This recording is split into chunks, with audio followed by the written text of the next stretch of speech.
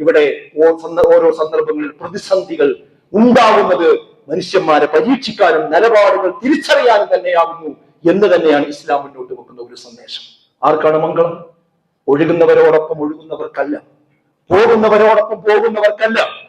എല്ലാവരും നാളെ മുതൽ മദ്യം അനുവദനീയമാണ്, അതെല്ലാവരും കുടിച്ചിരിക്കണം എന്ന് പറഞ്ഞാൽ, അതൊരു 1,00,000 ആളുകൾ പറഞ്ഞാലും അതിലൊരു മനുഷ്യനാണ് ആ മദ്യം എന്ന് പറയുന്നത് ഞാൻ മുസ്ലിമാണ്, എനിക്ക് ഹറാമാണ് എന്ന് പറഞ്ഞ് അതിൽ നിന്ന് മാറി നിൽക്കുന്നത് എങ്കിൽ ജനങ്ങളുടെ മുമ്പിൽ ഒരു പക്ഷേ ഈ 1,00,000 ആളുകൾ പുതിയ കാലമല്ലേ, ഇത് പുതിയ കാലമല്ലേ, ഇനി ലഹരി എന്നൊക്കെ പറഞ്ഞാൽ രാസലഹരി പ്രശ്നമുള്ളൂ, ഇനി കള്ളിന് നിങ്ങൾ ലഹരിന്റെ കൂട്ടത്ത് കൂട്ടണ്ട എന്ന് പറഞ്ഞാൽ ഒരു പക്ഷെ അത് അംഗീകരിച്ചേക്കാം.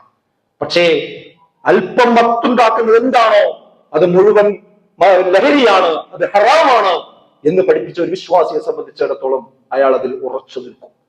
അങ്ങനെ ഉറച്ചു നിൽക്കുന്ന ധർമ്മവും അധർമ്മവും സത്യവും അസത്യവും കൂടിക്കലർന്ന് ഏതാണ് ഹക്ക് ഏതാണ് അസത്യം എന്ന് മനസ്സിലാകാതെ പ്രയാസപ്പെടുമ്പോൾ ഹക്കിനെ കണ്ടെത്തി അതിന്റെ കൂടെ ആരൊക്കെ എതിരായാലും ഞാൻ എന്റെ റബ്ബിന് എതിരായത് ചെയ്യില്ല, റബ്ബിനെതിരായ നിലപാട് സ്വീകരിക്കില്ല എന്ന ഉറപ്പോടുകൂടി എഴുന്നേറ്റ് നിൽക്കുന്നവർക്കാണ്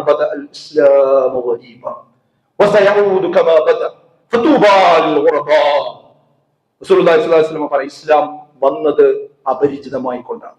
അള്ളാന്റെ റസൂല് ആദ്യമായി അവിടെ മക്കത്ത് വന്നുകൊണ്ട് ഈ പ്രബോധന പ്രവർത്തനം നടത്തുമ്പോൾ പ്രവാചകനെ അനുകൂലിക്കാൻ ആരും ഉണ്ടായിട്ടില്ല.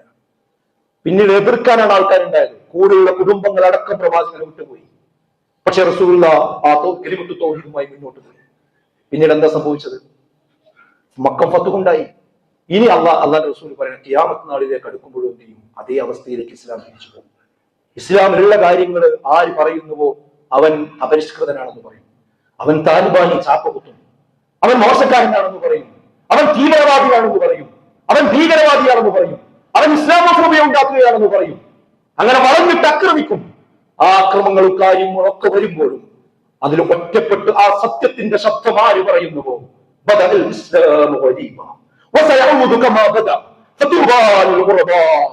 ആ സമയത്ത് ആ ഉറബാക്കൾക്ക് ആ അപരിചിതർക്കാവുന്നു മംഗളം, ആ അപരിചിതർക്കാവുന്നു മംഗളം.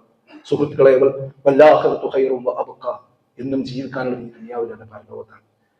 ഈ പരലോകം നഷ്ടപ്പെടുത്തുന്ന നിലപാടുകൾ എടുത്ത് നമ്മൾ മുന്നോട്ട് പോയാൽ ഇവിടുന്ന് തന്നെ പരീക്ഷ ഉണ്ടാവും. അത് വ്യക്തി എടുത്താൽ വ്യക്തിക്കുണ്ടാവും, കുടുംബം എടുത്താൽ കുടുംബത്തിനുണ്ടാവും, കൂട്ടായ്മകൾ എടുത്താൽ കൂട്ടായ്മകൾക്കുണ്ടാകും. അത് ഈ നാട്ടിൽ നിന്ന് നമുക്ക് ഇൻഷാ അല്ലാഹ് കാണാൻ കഴിയും, സംശയിക്കൊന്നും വേണ്ട. അതുകൊണ്ട് ഹക്കും ബാത്തിലും തമ്മിൽ യുദ്ധം ഉണ്ടാകുമ്പോൾ ഹക്കിന്റെ കൂടെ നിർഭയമായി ചേർന്ന് നിൽക്കാൻ നമുക്ക് സാധിക്കേണ്ടത്